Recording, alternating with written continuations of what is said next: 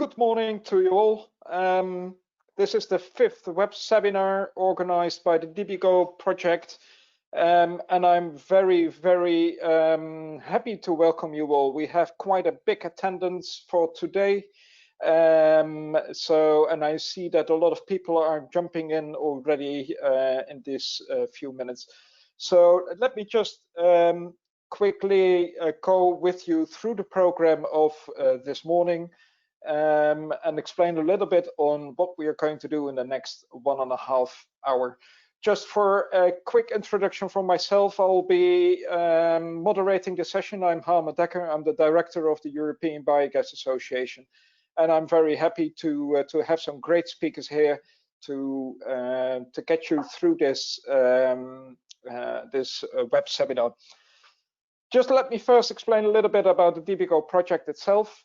This is a collaboration actually between European industries and stakeholders, but also stakeholders from emerging countries and developing markets. And actually the main goal, of course, to make sure that the sustainable biogas sector is growing throughout the world, and where we can help each other to exchange knowledge. So this is all about the DBGO project, and for today we have some great speakers coming up. Let me first say that this webinar is all about sustainable production on end use of biogas. Now that is something difficult, because sustainable is a word which is being often used and often being misused. So I think it is wise to spend some time on this subject and to see where the biogas sector is fitting in and what is important to take care of when talking about biogas and sustainability at the same time. We will focus first on the European case. Excuse me. And we have some good speakers. One is from the Fachverband of Germany, so the German Biogas Association, where we have Frank Hoffmann, but also a speaker from the European Biogas itself, the Secretary General, who is also involved in the whole transition which Europe is doing right now, the Green Deal. We will have some time with regard to short question and answers after the first two speakers. After that, we'll be focusing on the global perspective. And for that, we have two speakers, one from Indonesia, one from South Africa, giving this perspective from those areas. And I think it's good to be able to combine both the European sides as well the Asian as well the South African side. So I'm very curious where this all ends. Then a few remarks with regard to the GoToWebinar, where you are now linked into. So I would like to encourage you to ask questions. Now, asking questions, just to make sure that we can organize that all nicely, I would like to ask you to write them in a concise way in the question section, in the chat box of the GoToWebinar.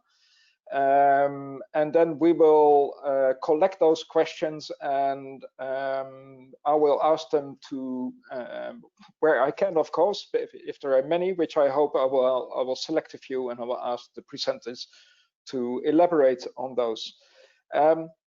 Timing will be strictly enforced, meaning that I will be keeping the presentations and the presenters on a short leash, but also to ensure that everything will be running smoothly.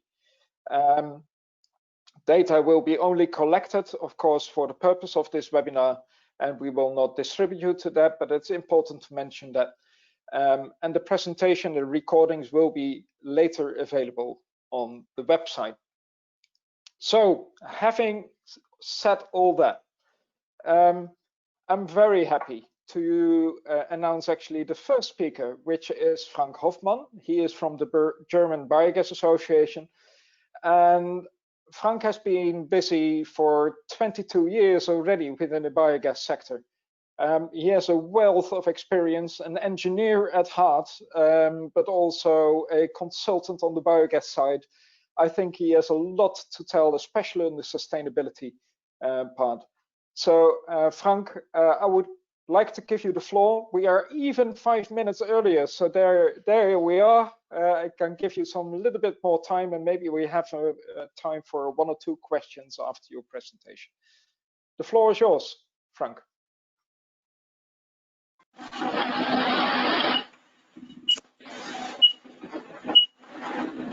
Oke. Yes, Sudah.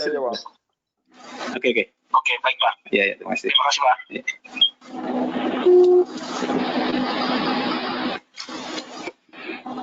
Can I ask the organizers to only have Frank and myself on as speaker? Thank you. Frank, I think you can go if you're not muted. Okay, I will go with my presentation now. Yeah, thank you, Herman, for the very nice welcome. Welcome everybody to the first presentation, which is about sustainability. As Herman already mentioned, we all have probably some ideas in mind what is sustainability. And additionally, we noticed within the DBCO webinars that the background of knowledge of all the attendees of you is very diverse. So some of you are experts, some of you are beginners in the field of biogas. With this presentation, I would like to take everybody up to explain what are the general things about biogas. And to take everybody up, the next presentation will focus on, can I close this? The next presentation will focus on specific questions of sustainability in Europe, South Africa, Indonesia. However, let's continue. And my first presentation to the organizers. Okay. So first I will discuss what is sustainability. The second part will be the role of biomass in climate change. We will talk a little bit about life cycle assessments, and I will finally give some recommendations for biogas plant design and operation. So what is sustainability? Probably we all have some ideas in mind. However, the United Nations defined it as development that meets the needs of the present without compromising the ability of future generations to meet their own needs. That's a very general definition, not very concrete. If we go into more detail, what does it mean? There's a big agreement that in general, sustainability consists of at least 3 main pillars. One is society, economics, and environment. Biogas will influence all of them. Society, for example, creation of jobs, about 10 jobs per megawatt installed capacity. Economics, because only a biogas plant which makes profit will be probably operated for a longer time. But today we will focus on environment. When we are thinking about sustainability, most people think about environment, but again, we have several topics from biodiversity, pollution prevention. When we are talking about environment in this presentation and the following, we will focus again on climate change. The main reason to focus on climate change is probably that climate change is one of the biggest challenge for humans, and that's why biogas. I would like to explain you the role of biogas in climate change to try to solve, to give at least some ideas to solve this situation. Having said this general aspects, we would like to talk about the role of biogas in climate change. First, I would like to explain that there are some general greenhouse gases which have a greenhouse gas effect. The most prominent and most famous one is carbon dioxide. The most influencing climate gas is carbon dioxide, but very important when we are talking about biogas is methane as well. Methane, because in a biogas plant, methane is produced. And the additional effect is, you see it here on the right-hand side, that each methane molecule has a much higher greenhouse gas potential compared to carbon dioxide. There are several studies on that, and the real figures depending on the lifetime, but for a general agreement, we can say methane is much more greenhouse gas potential than carbon dioxide. And typically a weighting factor is 25, which means each molecule of methane has about a 25 higher greenhouse gas effect compared to carbon dioxide. That's the thing we should have in mind when we are talking about biogas. Which brings me to the main influence factors of biogas operation on climate change. Probably one of the most important points that biogas can do for the sustainability and environment is the avoidance of uncontrolled methane emissions from open air storage of organic material. In Europe, we are mainly thinking about manure or dung, which could be processed in a biogas plant. But when we are looking on the worldwide situation, we will have a presentation about Indonesia, for example. Then it is very often the organic effluents of industrial processes. For example, palm oil mills, they have a palm oil mill effluent as byproduct. And traditionally, these kind of materials are very often stored in open lagoons.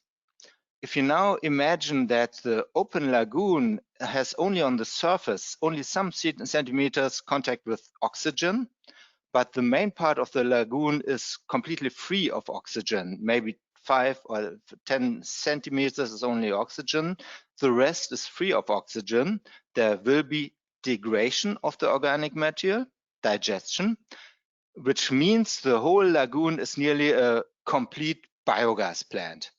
Methane will be produced and will emit into the environment. If we now think about that methane has a huge greenhouse gas potential, we see that this is a problem, and biogas can solve this problem by covering an open lagoon, for example, covering manure storage, processing the organic material, burning the produced methane. And this is probably one of the main important influence factors of biogas plants worldwide. The second important point is the generation of renewable energy. By that, fossil fuels can be substituted. And there are additional effects like production of biofertilizer and substitution of mineral fertilizer, for example. There are several other effects, but these are the main important influence factors. But on the right-hand side, we have some points we should take care of. Methane is produced, and it's a very effective greenhouse gas. And we will see in the next slides that the greenhouse gas performance is highly depending on the feedstock and the type of operation of the biogas plant. In the next some minutes, I would like to give a short introduction into a life cycle assessment. We will not have too much time to go into the details. Life cycle assessment is somehow a scientific area for itself, huge influencing the sustainability aspects. Life cycle assessment is usually a technique to assess environmental impacts, which are associated with several stages of the product's life. That's going from raw materials processing, manufacturing, distribution, until the end of disposal. For a biogas plant, we see it a little bit how it is working for different kind of steps, from cultivation of energy crops or collecting manure and organic waste, transport, storage. So all these kind of steps are connected with greenhouse gas emissions. CO2 emissions, for example. If methane emissions occur, they are calculated in CO2 equivalents, and the result of such a life cycle assessment gives an impression of the greenhouse gas performance of a biogas plant, for example. Very often such life cycle assessment are visualized in form of a graphic, which is often similar like this. Very typical is have a zero line. Zero line is if nothing would happen. Positive are greenhouse gas emissions in CO2 equivalents into the atmosphere. So positive figures are negative for the environment. Negative figures are good for the environment because greenhouse gas emissions are avoided. Some typical influence factors are, for example, the feedstocks we have here in a bio-waste production. There are some greenhouse gas emissions, but very low for processing. The biogas plant has to be constructed, steel has to be produced, concrete has to be produced, the biogas plant has to be operated. It has a little bit methane leakages. In some, there are some greenhouse gas emissions connected with bio-waste, but usually much lower compared to the fossil fuel use, which would even be out of the range of this or the scale of this graph.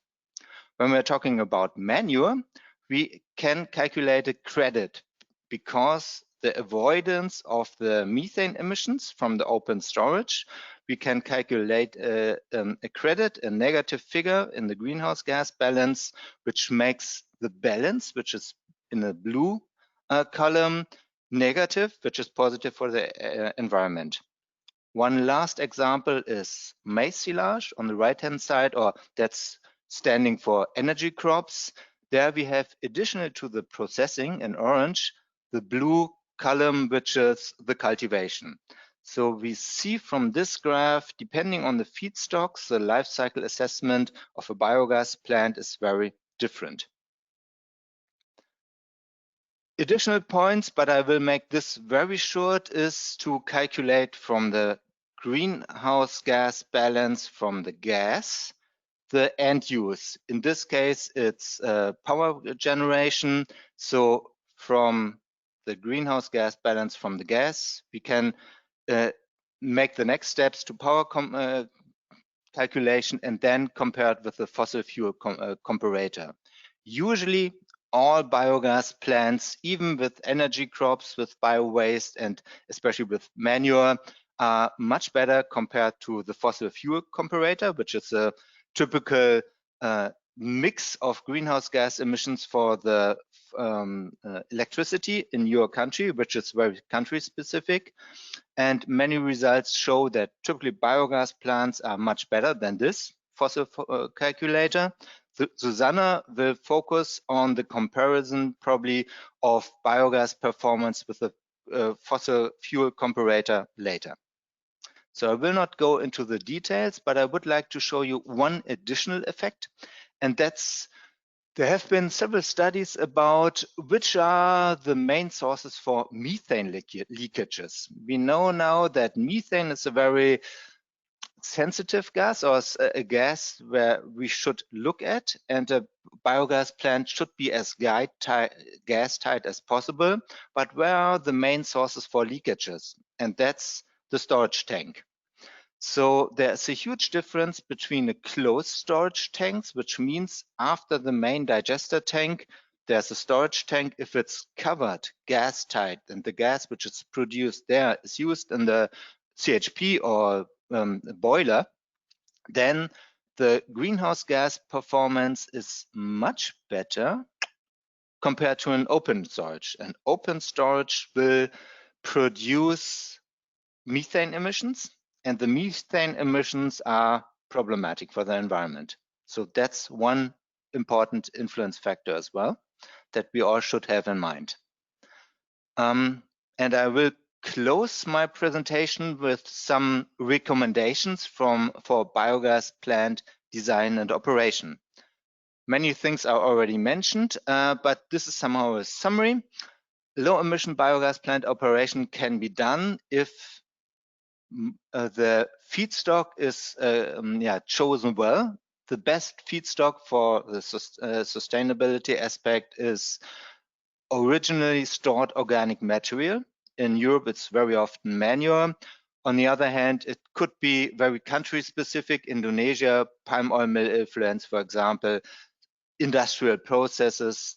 That kind of feedstock usually will lead to lower greenhouse gas emissions. The second point is methane emissions, leakages should be avoided. That's an important point. There are several technologies for that. For example, one tip is to cover the digestate storage. Most methane emissions arise from here. The second point is the CHP, while the biogas itself should be gas tight and the methane emissions are usually very low if there are no leakages seeable. The second important point to avoid methane leakages is to install an automatic starting flare, because the biogas production is permanent, all around the clock, every time. The gas usage is not all the time. For example, a CHP or an engine is not operating all the time in a year. Typically, if it's very professional maintenance, about 8,200 hours, but there are many gensets engines in the world which have a very low operational time per year. During the still stand times of the CHP or engine, of course, methane is produced, which should not be let into the environment. And that's why each industrial biogas plant must or should have a flare that starts operating if the gas usage, for example, the engine is not in operation. Very important point, because if there's no flare, it's easy to have 10% or much more methane emissions compared to the methane which is produced. And of course, regular leakage control is important for all biogas plants. Especially important is to check the rooftop, for example, where the gas is stored. The connection between main digester and the rooftop is sometimes not completely gas tight. That's an important point to check. If a CHP or engine is installed, the byproduct heat should be used to substitute fossil fuel heat. That's a question of efficiency. And the digestate should substitute synthetic fertilizer. If you're interested into getting more details of information, I recommend you to have a look into some publication the German Biogas Association published. Some general words about biogas is in Biowaste to Biogas brochure. If you're interested in biogas to biomethane upgrading, there's a brochure for this. Digestate as fertilizer might be an interesting topic for you. And last but not least, each biogas plant should be operated in a safe way. This brochure shows you how to do that. That's it from my side. Thank you for your attention. And I'm open to answer any questions. Well, thank you, Frank. That is a very interesting, and I also realize you have a lot to tell, which you need to cramp only in a few minutes. Just to add to what you have said about the methane, which of course is a powerful greenhouse gas, you showed 25 over the course of 100 years. Now, I would like to add something to that. Just to raise the awareness at all the listeners, is that actually methane is being depleted in the atmosphere in a period of 10 to 12 years. Now, in these 10 to 12 years, it's 89 times stronger than CO2. However, if you the international committees are also calculating this every time in 100-year time span. That is the reason it's 25 over a period of 100 years. However, in the first 10 years, it is very, very powerful greenhouse gas. So what we need to realize is that there is, if we address any methane leakage from our biogas plant, we need to minimize that to make sure that we stay as green and sustainable as we can. And towards that, I have a short question before I go to the next speaker. You showed in your presentation maize silage. So basically primary cropping for the purpose of making a biofuel or bioenergy. And I was just wondering, because I get this question more often from people, if a maize silage or a crop is already from biogenic nature, and you just take the crop is growing by purpose of CO2 in the air, you take the crop, you bring it to your digester, and you make some fuel from it. Surely it should be then that there is no contribution to greenhouse gas emission, but it should be zero, shouldn't it? Good point. And I have even a slide for that. In general, you are right. Do you see the slide? Yes, I think. No, not yet. In general, that's the point you already mentioned, the CO2 concentration in the air. I'm accepting the slide again. So this slide explains a little bit. The most important point for the greenhouse gas effect of gases is the concentration of the gases in the atmosphere. And you are completely right. CO2 is a closed circle, mainly closed, because it's originally in the atmosphere. A plant, for example, maize silage, takes up the CO2 from the atmosphere, which is a reduction of CO2 concentration in the atmosphere. And afterwards, it's treated in the biogas plant, combusted in a CHP, and what comes out of the exhaust of the CHP is the same amount of CO2 which was once taken out of the atmosphere. So that's a closed circle, it's carbon neutral, and that's a general important information about nearly all bioenergy, that in general, they are carbon neutral. However, by cultivation of maize silage or other energy crops, some energy or fossil fuels will be used usually for seed growing, for example. The tractor goes on the field, has emissions, typically diesel. The material has to be collected, transported to the biogas plant. So all these kind of factors, even the growth of seeds, will be connected with some greenhouse gas emissions. And this slide, which I showed, is a combination of all these kind of effects, even with diesel production, transportation of all the seeds, which brings some emissions, even if energy crops are used, and even if in general biogas is climate neutral. Okay, well, that is very clear. Thank you very much. Just to elaborate on that, just to make sure that there are no misunderstandings how we calculate the life cycle emissions, and that we need to take in everything into account. Frank, I'd like to thank you for your presentation. That was very good.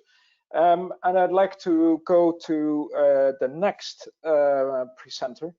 And I'd like to introduce my colleague. It's always nice to introduce a colleague. The colleague is Susanna Pflüger. She is Secretary General of the European Biogas Association. And Susanna has been with us already since 2012, spending a lot of time, of course, on the policy side. And I must say, I'm really glad that the European Union is adapting the Green Deal. And Susanna has been working very hard together with several departments within the Green Deal to make sure that biogas is being recognized as a good, sustainable fuel and practice we can offer to Europe. So Susanna, the floor is yours, and I'm very curious towards your presentation. Thank you, Harman, and thank you for the kind introducing words. I hope you see my screen now. Yes, I assume so.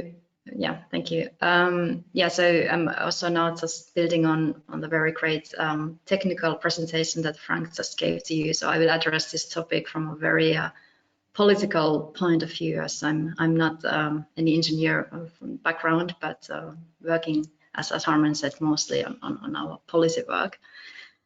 So just very briefly introducing EBA, the European Biogas Association. We are a member-based organization in Brussels. So we have both national biogas associations, such as the German Biogas Association as a member, and around 100 companies and research institutes as well. So directly and indirectly, we represent over 7,000 stakeholders in Europe.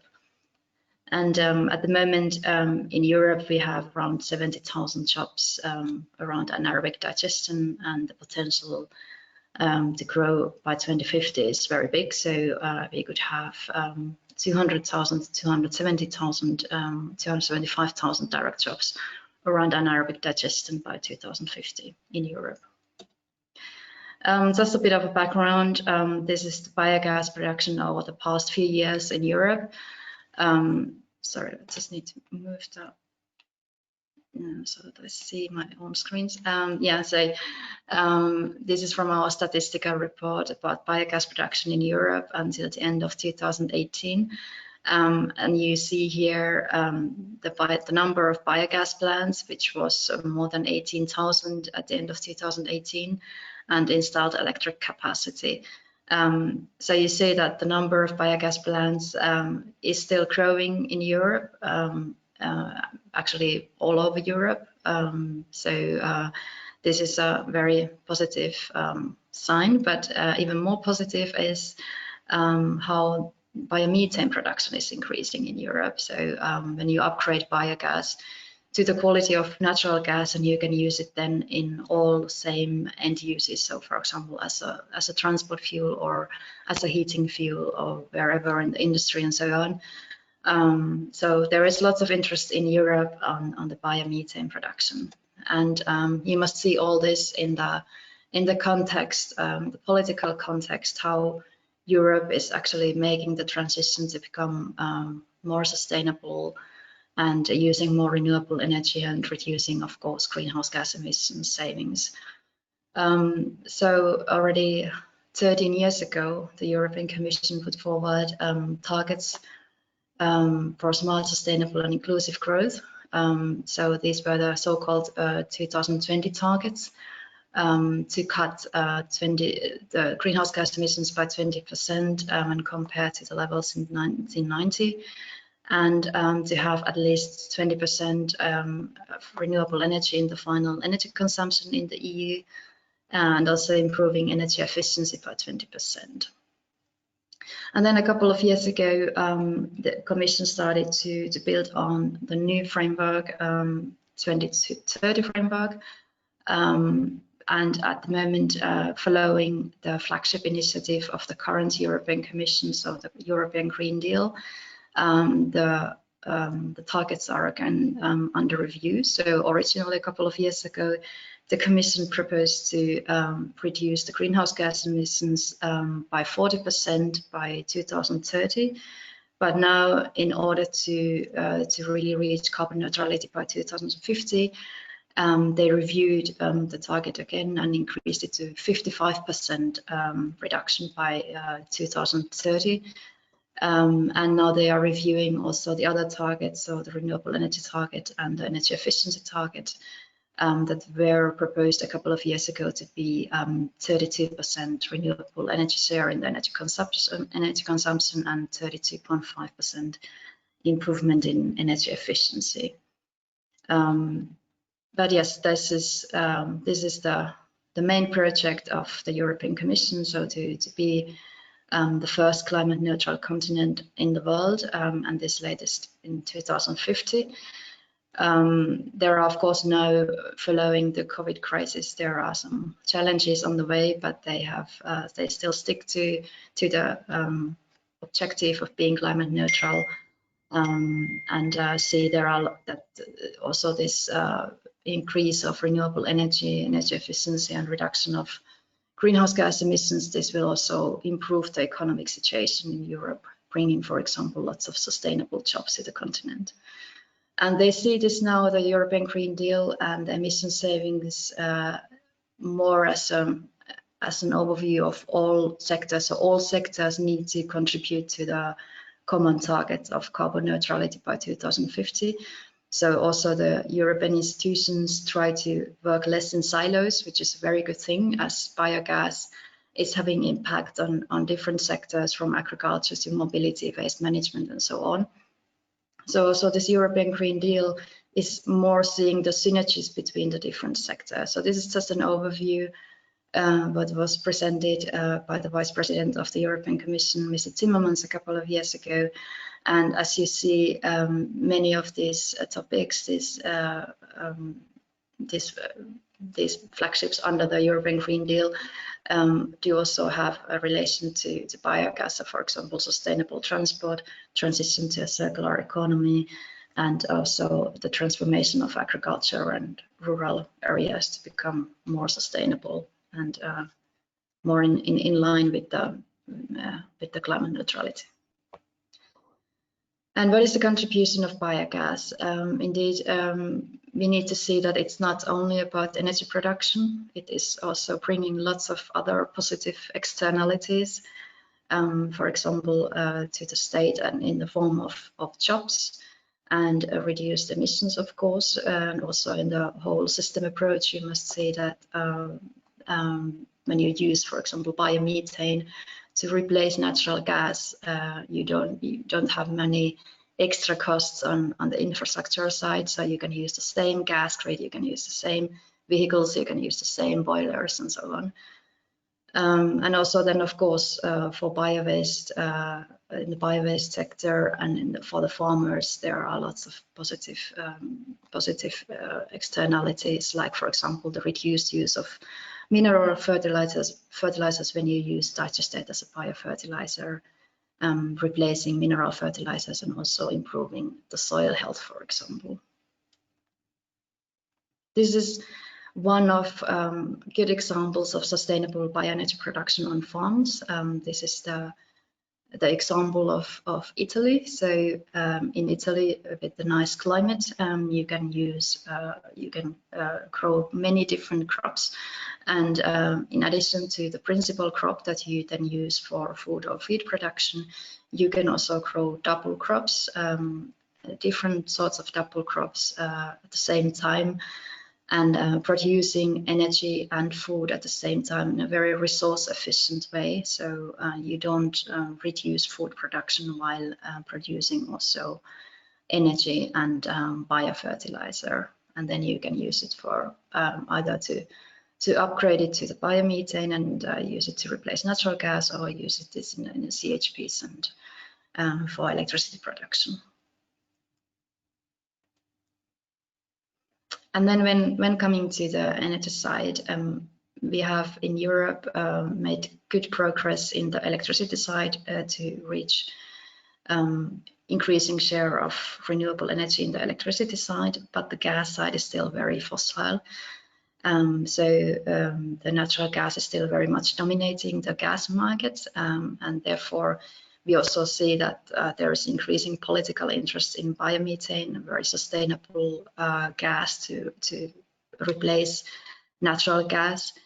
And yeah, there are at the moment lots of studies in Europe going on how much renewable gas you can have and how you can replace natural gas.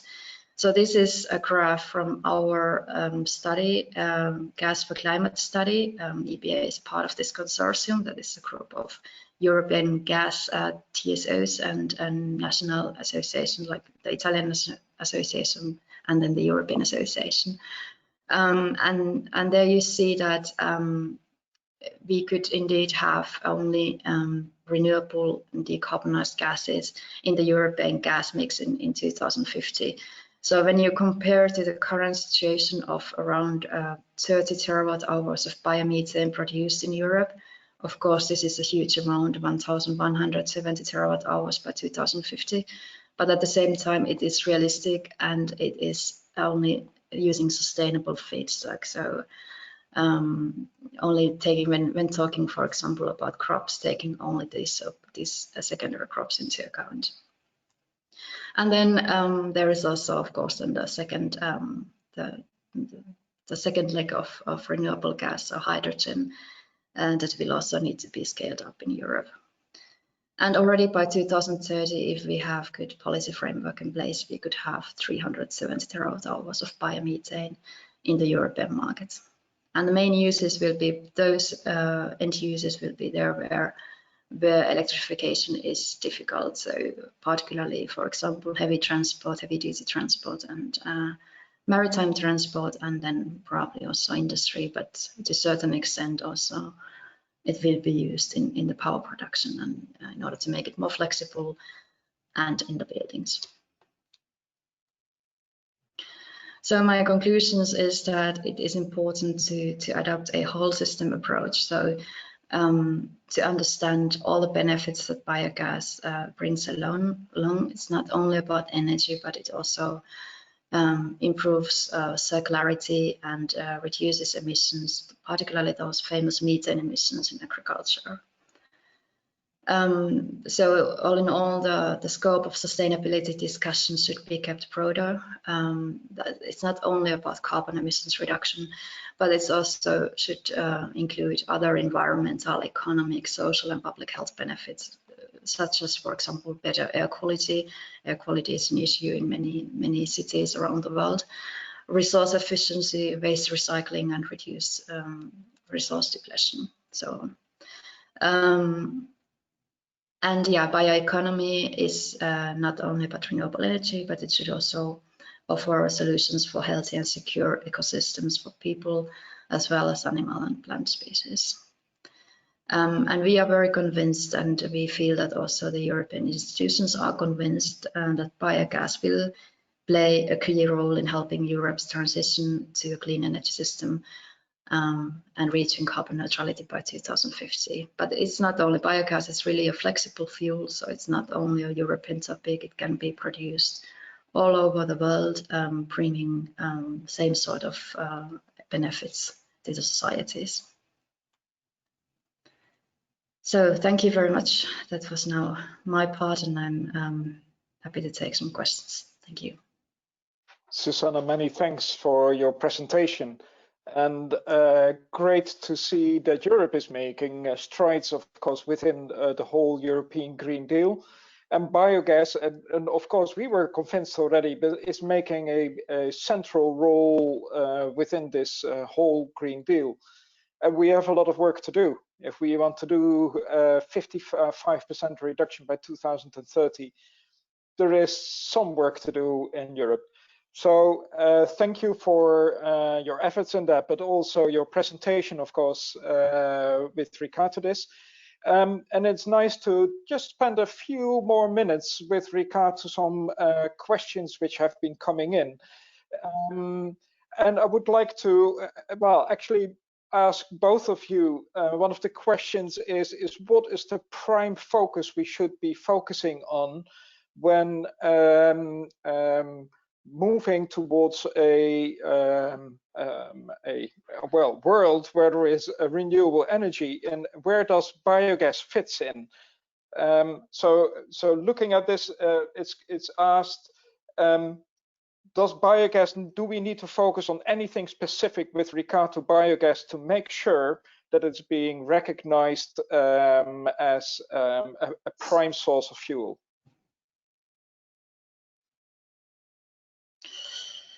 Frank, you want to start? Yeah, I can make a start. I think that the main advantage of biogas is that it has so many effects. So I would like not to focus on just some effects. We already mentioned it's not just energy production, it's additionally job creation, it's avoidance of methane emissions, it's production of fertilizer. And I think all these effects are so important. if I look into, for example, tropical regions, there is very often, if there's poorness in some countries, not much money for fertilizer, for example. So the fertilizing effect might be a motivation. On the other hand, I know from African projects that grid stability is a huge problem, blackouts. Some motivations for a biogas plant might be even to have reliable energy production. However, the reliable energy production comes back to Europe. In Europe, we have many volatile or variation of renewable energy productions from wind and solar, and biogas is storable. It can produce biogas on the stop when on the point when it is needed. In Germany, for example, about a third or even more of all biogas plants are remote controlled. So the grid operator can switch them on or off just depending on the energy need in the electricity grid. So back again, and I would like to give Susanna the chance to answer as well. There are so many reasons for biogas, and that's why I'm so glad to work in this business sector. Yeah, I would agree indeed that it's very important to understand the externalities, that it's not only about the energy production, but also just to understand indeed the flexibility that you can use it in different energy sectors. You can also liquefy it. It is as flexible as natural gas and more, because it also can be used in CHP, produce electricity, well, natural gas well, but natural gas does not bring along all those positive externalities for other sectors such as agriculture and so on. So understanding the links between different sectors, that there is support for production of biogas and there is also support for demand of biogas. So to have the framework right in place, supporting both, that's important. Okay, well, thank you, Susanna. I have one more question for you, actually, with regard to this policy side. And I see a question coming in also for Frank. So let me go first to Susanna. As also emerging countries are focusing on renewable energy and what to do, what is for you the main policy recommendation you can give to those emerging countries? Where what should be, or what is important? I think it's very important to understand indeed the link between agricultural and energy policy. So in Europe, for example, the Commission requires the member states to make their national plans on energy and climate. So they elaborate on how they want to meet the international and European commitments on emissions reduction, while they also need to make agricultural plans. So they need to see the link between agriculture, energy and climate. So I think the combined policies work less in silos, so that departments of the government are not working separately, but they should be more collaborating on this topic. And that's because biogas is so interlinked to several sectors, you mean? Yeah. And may I add some words on that? The policy recommendation, especially for emerging economies and developing countries. Well, one important point is very often extremely important to explain to policymakers and decision makers is that the situation we have now traditionally, where often fossil fuels are used, is damaging the environment, especially in southern countries. They are very much touched on that. So if we take in mind that the CO2 emissions is causing an environmental damage for the people, for the growth of fruit, for agriculture, for everything, we could even think about to monitorize that. So there are many studies on that. For Germany, again, we say that about each ton of CO2 emission will cause an environmental damage of about 100 euro, and that's much. So in many tropical countries, there's very often the discussion, of course, you can make renewable energy, biogas and wind energy is very welcome, but you have to compete with the existing energy production. And that's somehow very unfair, because the existing energy situation it don't have a future. It must be changed, and many, let's say, organizational and structural waste are developed for decades to support fossil fuels. And this must be changed. And that's why it's so important to discuss with policymakers.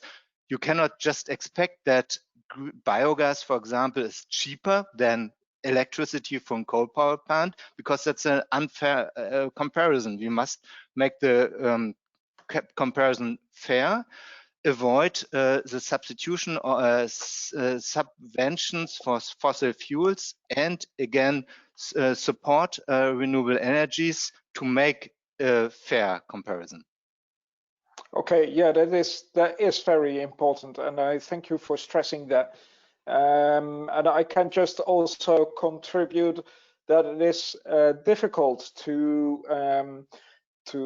for politicians to understand what the role of biogas is if they're so focused also on electricity, wind, and solar. There are so many other things around. So I think we have a world to gain. There is a question coming in. Let me just try to open it also, Frank, for you. The question is from Mr. Mohammed Abdul Kolik, and he's saying Indonesia has some advantages. We do not need digest state storage tank. In Europe, it is needed due to the winter seasons, so you cannot sprint or spray the digestate or to the agricultural land. It's a comment, but maybe good to if you can to elaborate on that, if there are any disadvantages or advantages to that. Yes, it can be a good advantage if you have growing seasons of fruits all year around and you don't have to store the material during the winter time. That's a big advantage. However, there will be always a storage tank to deal with the material, even if it's transported away from the biogas plant, there will be some storage tanks.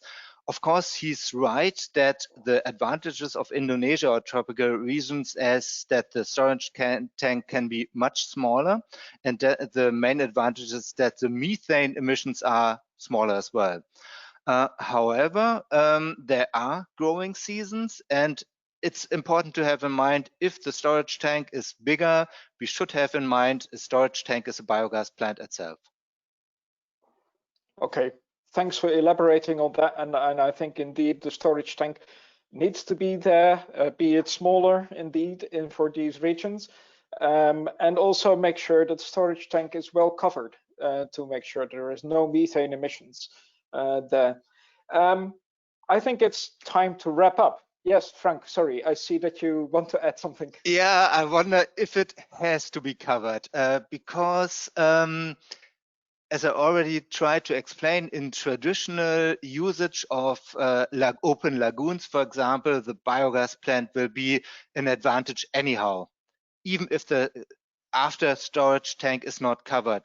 Palm oil mill effluents, for example, the open lagoon is an environmental damage. Cover it and to use the methane will reduce the methane emissions for about, let's say, at least 70, maybe 90%. So even if there's no storage tank, no cover of the after storage tank afterwards, it is a positive effect. So what I'm saying is that we should take in mind if we make a biogas plant too expensive, a storage tank costs some money. If it's too expensive, it's harder to make the concurrency to fossil fuels again. So there must be always an intelligent balance. If waste is used, I agree with you, storage tank should be there, constructed. On the other hand, if the biogas plant itself already reduces greenhouse gas emissions from treatment of stored organic material, there's an environmental advantage anyhow, and then we can discuss if the storage tank should be covered or not. Okay, that is a very good addition, Frank, and thank you so much. I have to add something to that as well. I think there are two items which are important to realize. One is that a lot of the countries are still, even in Europe, are still subsidizing fossil fuels. So if we want to compare biogenic fuels like ours, then we must make sure that we are either getting the subsidy as well, or we get rid of especially the subsidy to fossil fuels. The other part, and I've researched that myself in Asia, is what we could do is actually dry the digestate to such a method it can be used to spread it back onto the land in an easier way. And there is interest to do so, because then we have a organic fertilizer. And it would be good maybe to have those companies which are producing chemical fertilizers to have them obliged to have a certain percentage of organic fertilizers in there. But that's a whole different topic. So let's not go into that, but thank you both for such a good contribution to the framework which is happening here in Europe. Susanna, I know that you need to go off due to a busy schedule, but if there are some questions still for Susanna coming in, then I will relay them and make sure that those will be answered later. So thank you both, also Frank, and let us then go on to the next speakers. I'm very happy actually that after giving the European perspective, we can have a look on what is happening in the Asian perspective. And then we have a speaker from the Indonesian Ministry of Energy and Mineral Resources, Mr. Tilus Sandi. However, I understood that the connection might be not as good. So we are going to try to connect to him to see if that works. If that doesn't work, we go straight to, there you are. I'm very happy to see you, Mr. Dilisasandi. That let me just introduce you properly, as I was not sure if this was going to work. So first of all, you are an engineer by heart, which is always good because biogas is not an easy, understandable subject.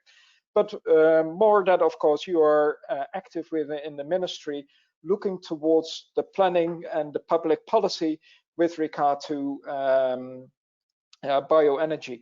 And I'm very curious to what you have to say with regard to biogas, and how this can contribute and is already contributing in Indonesia towards some greener goals for Indonesia itself.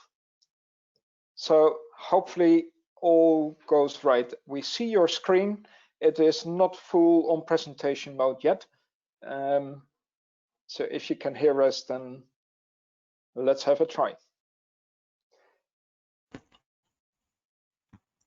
Mr. Dilusasandi. Can you hear us? Yes. Mr. Hoffmann, can you hear me? Yes, I can. Sorry? You can hear me? Yes. You have to put your presentation on screen. My presentation can...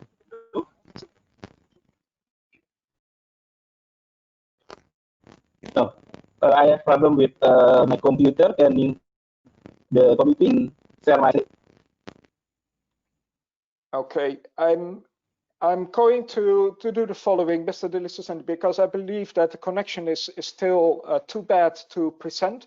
I would like to ask Elizabeth Rianawati to give your presentation on your behalf, knowing that you are on the background, and hopefully you can hear us and you can be there, but then we switch to Elizabeth for the time being, so we can go on with the presentation. Hello, Herman. This is Elizabeth speaking. Hello. I hope you can. Yeah, I hope you can hear my look at my screen. Is it showing? It is. Thank you, Elizabeth. That is very kind. Yes. Maybe I will help with the presentation, but then maybe Troyes can do the talking. Is it Okay, Patrois, but yeah, Yes. you can do the talking, Patrois, and then I will just show the presentation for you. Please, Patrois, Okay. the floor is yours. Thank you. Yes. Okay. Thank you, Mr. Haman, and also Mr. Sadet. I want to present this about the biogas sustainable in Indonesia. It's my voice is clearly. Yes, we can hear you well, Yes, you are Patrois. very Okay. well. Okay. Okay. Thank Okay. Thank you. Thank you. Yes. To the honorable Mr. Harman Dekker as moderator, and then Director of European Biogas Association, Ms. Susanna, and also the representative of International Affairs German Biogas Association, Mr. Frank, and also the representative of South Africa Biogas Industry, Mr. Eddie, and also Director of LDI, and distinguished ladies and gentlemen, all participants in fifth DBCO web seminar. Bismillahirrahmanirrahim. Assalamualaikum warahmatullahi wabarakatuh. First of all, I would like to extend an apology from our director, Ms. Andia Febi Misna, who unfortunately cannot join us today due to another engagement. It's great pleasure for me to be here to share some thoughts and information with you and on the sustainable biogas production and use in Indonesia. Maybe next slide, Ms. Elizabeth. This is the realization and the target of the national energy mix. Government of Indonesia set the national energy policy to provide direction of national energy management in order to achieve energy security, as well as to support national sustainable development. The national energy policy set out the ambition to transform the energy mix by giving priority to the new and renewable energy resources. The policy target that the new and renewable energy resources should contribute about 23% from total primary energy mix by 2025. But as we can see in this slide, in last year, the share of renewable energy has only reached 9.50% of the total energy mix. Bioenergy, as one of a renewable energy source, has the opportunity to make a big contribution to the national energy mix to the implementation of biofuel, bioenergy power plant, and also the biogas program. As you know about biofuel, right now we have B30 is in the world we have the number one for blending for the diesel in the biofuel. Next slide. This is the biogas development target based on the general plan of national energy. We can see about the biogas development program consists of biogas power plant and also the domestic biogas, communal biogas, and also the bio-CNG. In 2025, the bioenergy power plant, including biogas power plant, is target to contribute 5.5 gigawatt, and the others biogas program is target to contribute about 489 million meter cubic. As in the figure, the realization is only 27.9 million meter cubic. It means it's a big challenge of us to fulfill the gaps and also need more effort of us to run for achieve or minimizing the gaps. Several programs to develop the biogas came from biogas power plant, domestic biogas, communal biogas for the community, and the bio-CNG or the biomethane as power plant, LPG substitution, city gas, and also the transportation as well. Next slide. This is the installed capacity of bioenergy power plant in the first semester in this year. With all the effort by providing incentive and simplifying the produce to accelerate the development of renewable energy, particularly bioenergy, currently we have a total of almost 1,900 megawatt of electricity from bioenergy power plant. This realization including a biogas power plant that reached almost 112 megawatt. This number is still far from our target of reaching 5.5 gigawatt by 2025, and therefore we highly encourage all the stakeholders to contribute on developing bioenergy power plant in Indonesia, especially in biogas power plant. This is on-grid and also the off-grid power plant. Next slide. This is an example of the implementation of the biogas power plant.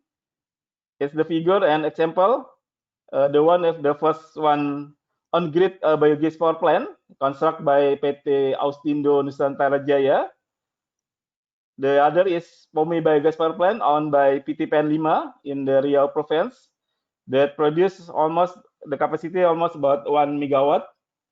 As we know, but Indonesia is the biggest country for the palm oil mills. It's almost 800 mills. This is the big potential, I think, for the biogas. Next slide.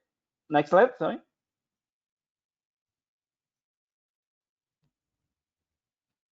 Ladies and gentlemen, in addition to biogas power plant development effort, there are also the domestic biogas program and the communal biogas program.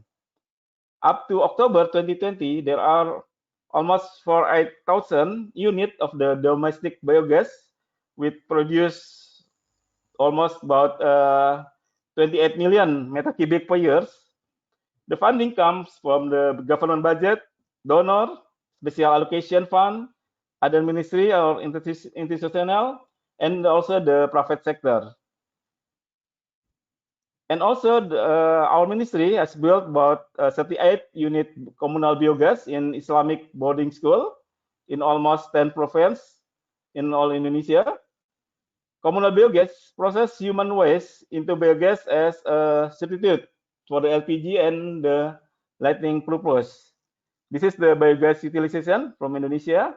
We can using for cooking, for the lamp, for the electricity, and for the soil, fertilize. Next slide.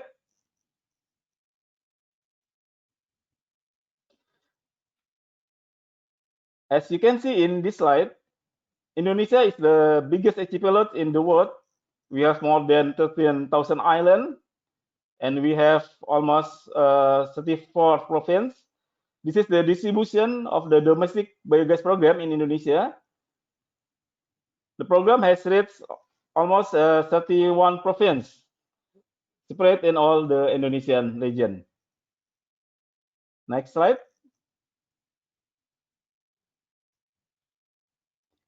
This is the bio-CNG or the biomethane project. One of the biogas development program currently being planned to be implemented is a bio-CNG project. Bio-CNG is a methane-rich compressed fuel, is also known as a compressed biomethane.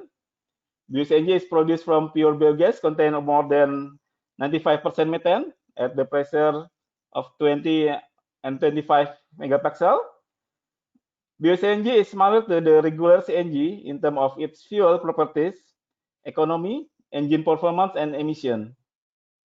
Bio-CNG has high octane number, which result in the high thermal efficiency and can be utilized for the transportation, power generation, industrial, and commercial purpose. To implement this program, we have support from the GGI, GIZ, and also the private sector. Next slide. This is the challenge in biogas development.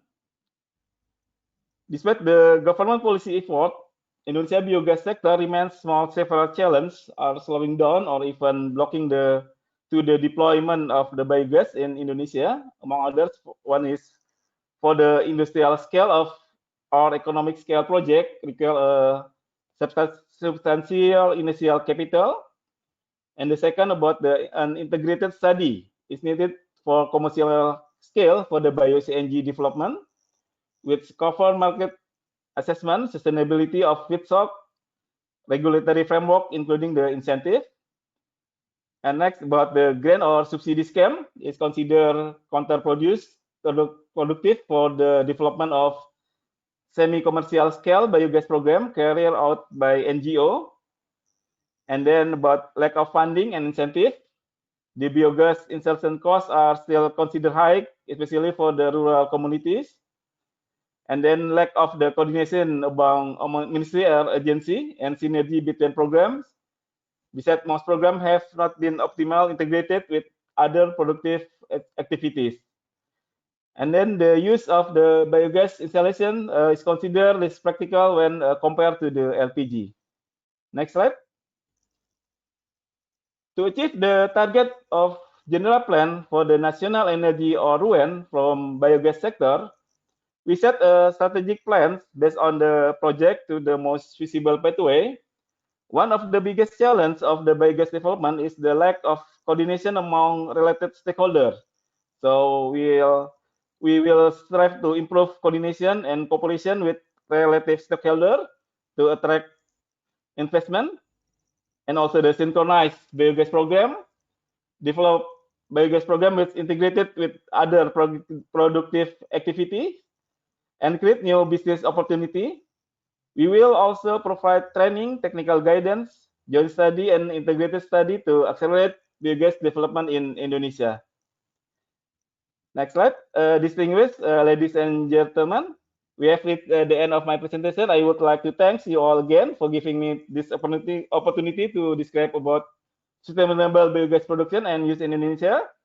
I hope there will be a comprehensive discussion and strategic cooperation as the result of this event to support biogas development in Indonesia. I'm looking forward to working and cooperation with all you in the near future. Thank you for your attention. Thank you, Mr. Hoffmann.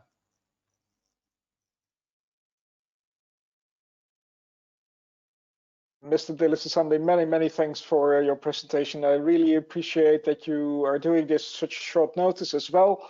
And very interesting to see what Indonesia already is doing. Although there are a lot of stumbling blocks, you do manage to put some good strides for the biogas sector. I hope you will stay online. There will be a question and answer session right after the next one, which is Mr. Eddie Cook. From giving us the South African perspective.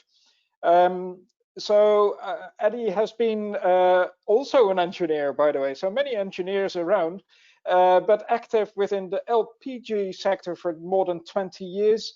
And then as natural gas is coming into South Africa as well, he is now involved in the natural gas part, but also on the biogas section. And may I say so, I'm very happy to hear that not only, of course, we are looking to the fossil side, but also to see how we can decarbonize the gases in South Africa as well. So, Eddie, I would like to give you the floor, and I'm very curious towards the advancements within South Africa. Good day to everybody. Thank you for this opportunity to represent the Southern Hemisphere, firstly, and secondly, also represent South Africa. And in more detail, SABIA, the Southern African Biogas Industry Association.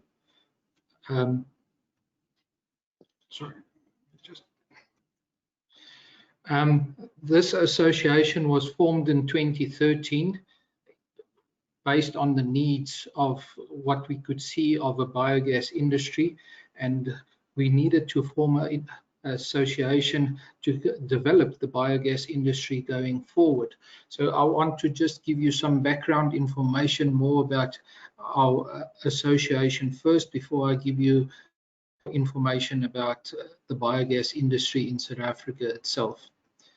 Currently, the association is run by 6 directors on a voluntary basis, of which we have a chairman, a secretary, person responsible for environmental, a treasurer, market and communication, and then myself handling the technical portfolio of the association. This is our steering committee, and our main purpose is actually to grow the biogas industry in the different sectors, as mentioned, with our different portfolios. If I can take you to what we need to do and what the plans is firstly in South Africa is to create a biogas market. I would say the biogas industry in South Africa is still in its infancy feet, and we need to actually build the biogas market in South Africa. Currently, we don't have any support from government with any incentive schemes. However, we are in the process of developing certain incentive schemes where certain government departments in future would be able to support us. We have, however, already started with the support of UNIDO to develop biogas standards. We also, together with Frank, the development of the biogas guideline book, and then also other consultants is assisting with different educational and information sessions in South Africa to actually make people aware of the benefits of biogas. We also hosted already a few successful national biogas conferences, which we try to educate, inform the people of South Africa and the regions to actually understand the potential and the viability and the sustainability of biogas going forward into the future. We're currently busy with organizing some training courses with other organizations, and then also doing some webinars. With this period of lockdown, it was the ideal method of sharing information, getting in contact with people interested in the biogas, assisting people through webinars and also workshops, also to develop the biogas. There's quite a few development of workshops being rolled out in South Africa, where we focus from rural or small digesters right through to the project development of larger industrial type biogas plants itself. But what's always important is you need to create a market for your product. Luckily, with biogas, it's not just one product that we're selling. There's a lot of focus. We're trying to put focus on all the elements, from waste treatment, the solution of waste and all the types of waste, the environmental benefits, and then also at the end of the day, energy source that's supplied to you by producing biogas, CO2, the capturing of CO2, the utilization of CO2, and all the different forms of energy that can be developed out of biomethane, being it from the domestic level into transport sector and as well as into the industrial level. But as you can see, our number one objective at this stage, to create the ideal market. If there is no market, there will be no biogas industry, and that's why we need to create the opportunities. We need to identify the opportunities to actually grow the market going forward. We've got, as any new developing industry in a country, there's quite a few challenges. As I've already mentioned, there is currently no incentive scheme from government, and the main focus of all the biogas industries to this part was only electricity production. This was a big drive originally just from our landfill sites, where all the landfill sites biomethane production was allocated to electricity production, and no other benefits were looked at regarding the heat or any other CO2 benefits. Regarding waste treatment, also because of conditions that's not favorable and legislation that hasn't been enforced, the dumping of waste has become a big problem. We still need to educate people to do sorting at source, to actually be able to sort all the biomass or biodegradable masses before actually it lands up into the waste collectors, and then we try to sort it on another level. We're doing a lot of lobbying at the moment with government and industry. There's quite a lot of positive changes that's coming regarding legislation. Our environmental legislation was quite strict on certain approvals, and we had to do some lobbying to actually relieve those legislations, make it easier for the benefit of the biogas industry. Then, because of no support, the challenges for smaller plants less than 1 megawatt to be financial viable and make commercial sense is still a challenge. And as you know, most of plants normally, biogas plants from agricultural point of view, all those are normally less than 1 megawatt. I've mentioned already about the approval process, especially the environmental approvals, and then also because of our current electricity monopoly, it is quite difficult to get power purchase agreements. It's clear that now that on municipality levels there's a progress to actually relieve these pressures, so that power purchase agreements on local government or municipality levels would be able to happen much quicker going forward. What's also, we have had already 1 or 2 successful power plants that's bigger than 1 megawatt, on the bracket between 3 and 5 megawatt. However, the bankability and funding and the fear of the unknown at this moment is a big problem in South Africa, and the adoption of technology to ensure that this is successful going forward. If we look at all the approvals lists that we are currently going through, you could see it's quite a list of things that people have to go through. Some of these things, like site zoning and approvals, could take sometimes up to 18 to 24 months. Some of our environmental and waste approvals is also up to 2 years. Certain sections, there is a relaxation on that.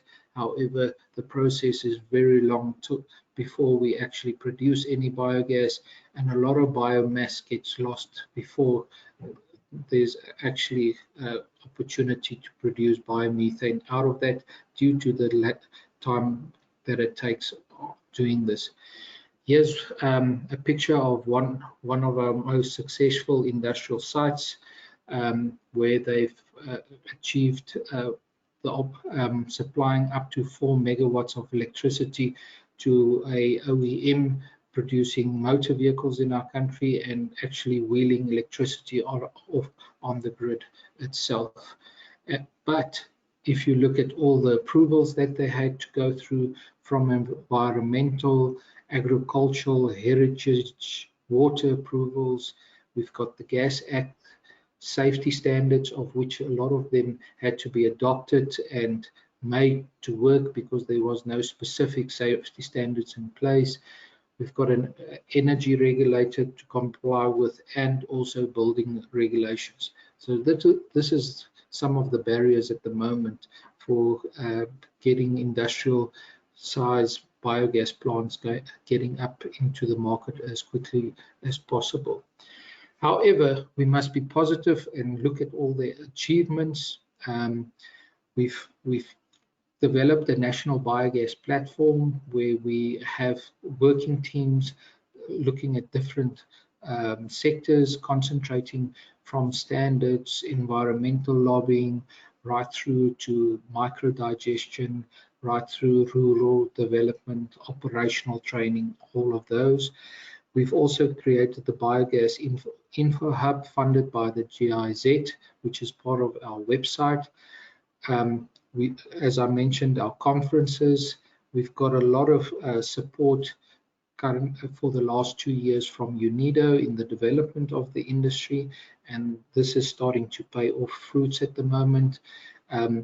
Also, our pay-in tariffs in the system has also increased with time, and this is also much better possibility for producing electricity.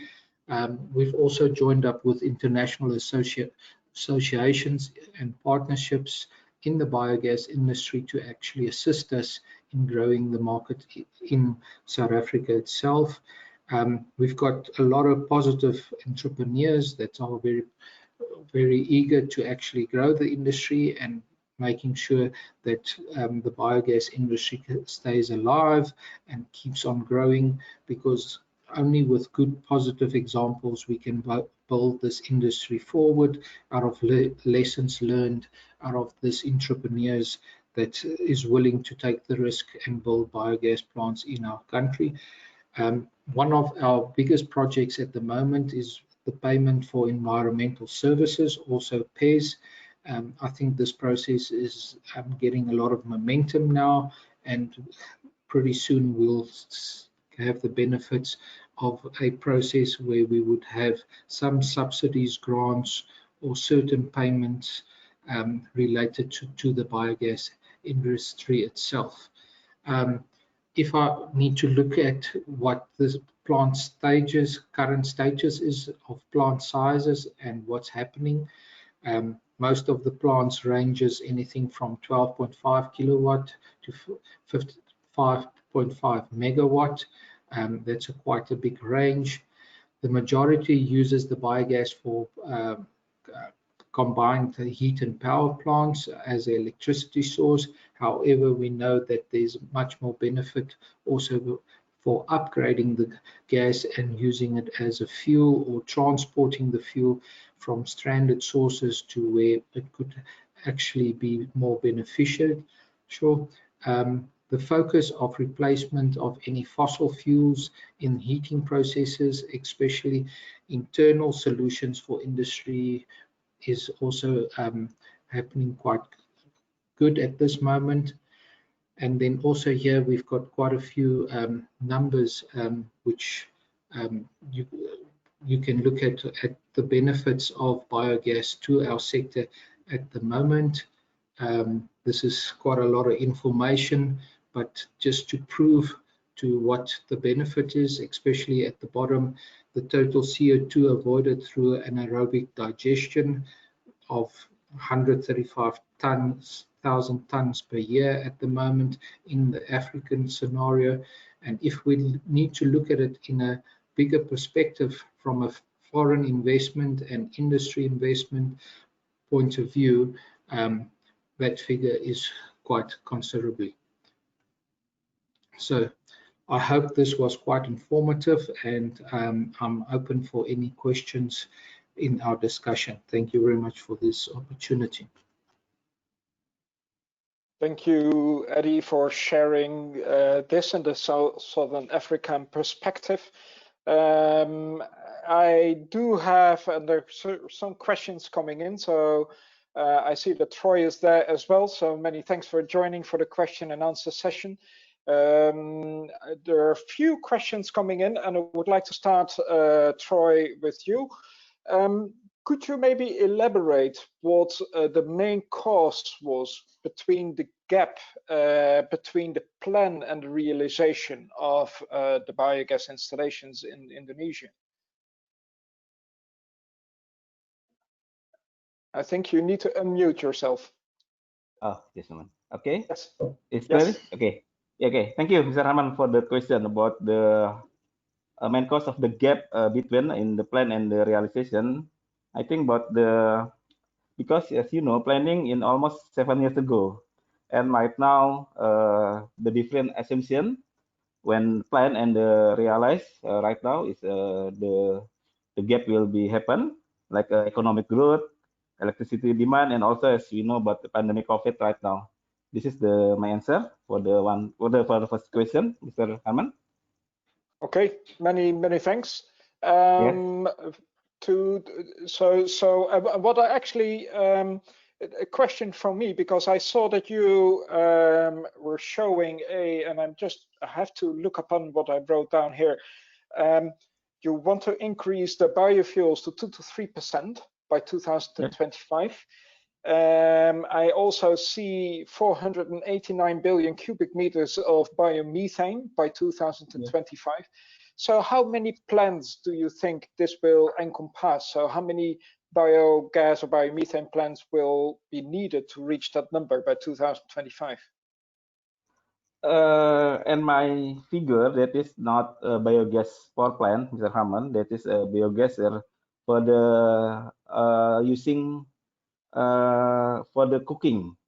If the biogas power plant is the target in the electricity, about the 5.5 gigawatt, including in the power plant for the biogas.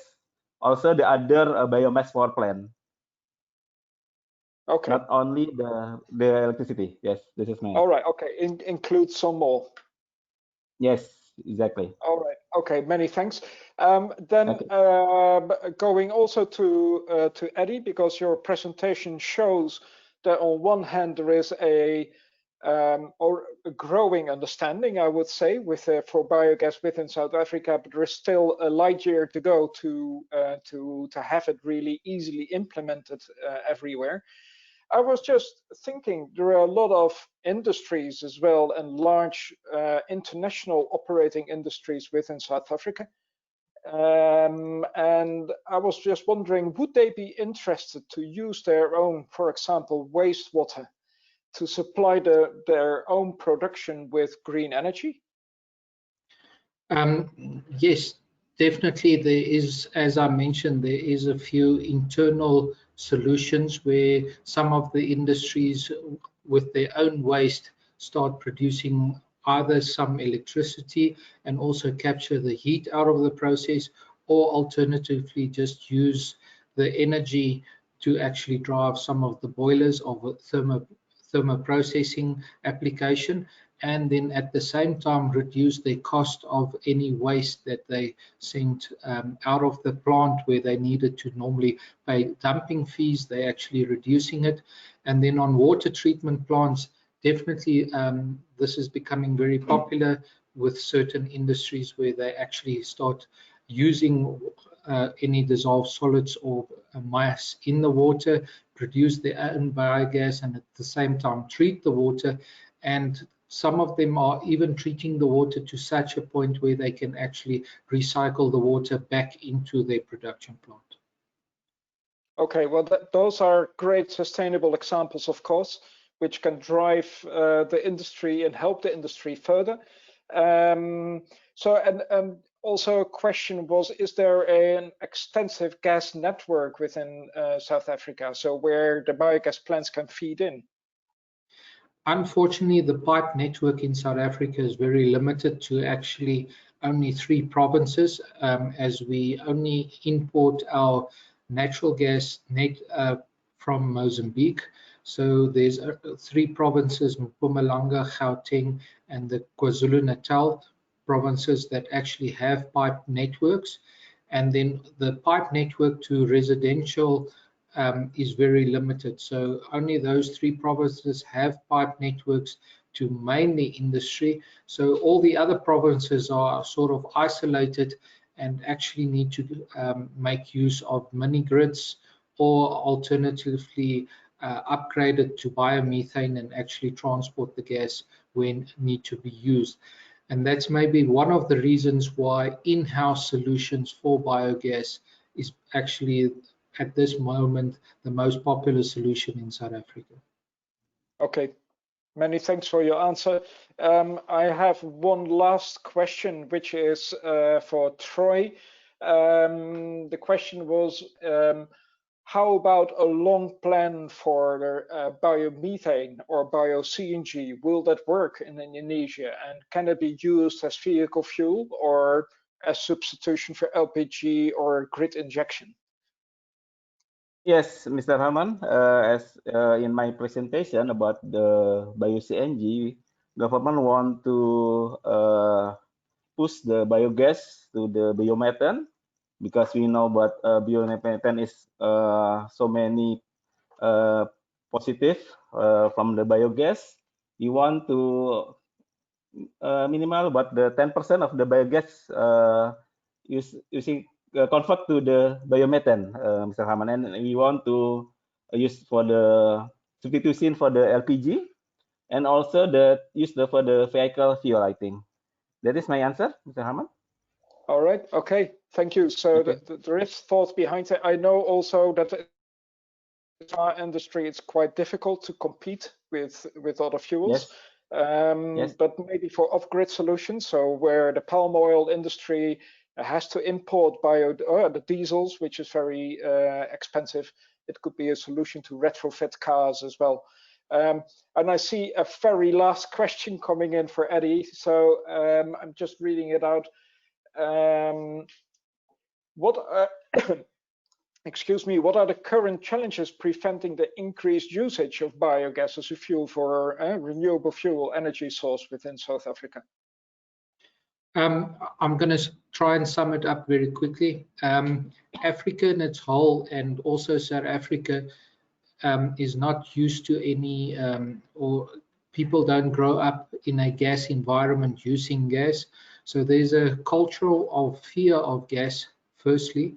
And then secondly, because of not enough support from government or the right, let's say at this stage, enough education, that is actually hampering at the moment the development of the gas industry and specifically the benefits and potential of biogas in South Africa.